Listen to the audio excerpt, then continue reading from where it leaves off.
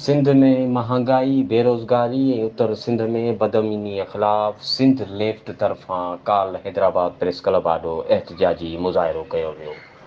एहतिजाजी मुज़ाहिरो कंदड़ मुज़ाहिरीन press club Hyderabad आॾो वफ़ाक़ी हुकूमत, सिंध हुकूमत ऐं वापडा समेत पुलिस ख़िलाफ़ सख़्तु नारेबाज़ी कई।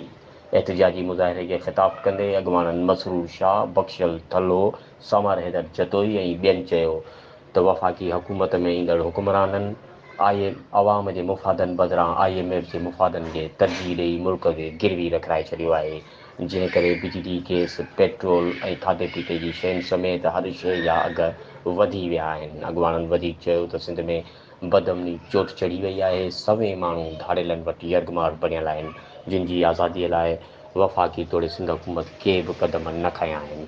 अॻवाननि जो वधीक चवणु हो त सिंध में ताज़ो थियल वाक़िअनि जंहिंमें शहीद सहाफ़ी जामनूद महर जे क़त्ल ऐं राणीपुर में फातिमा फरोड़ो सां थियल ज़्यादती वारे वाक़िअनि सॼी दुनिया में सिंध खे बदनाम कयो आहे।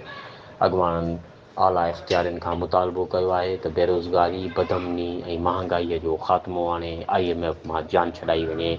ॿी सूरत में सॼे मुल्क में काल ॾेई अवाम खां शटरबंद हड़ताल ऐं धरणा हणाया वेंदा। अरशद शाह, इबरत न्यूज़, हैदराबाद।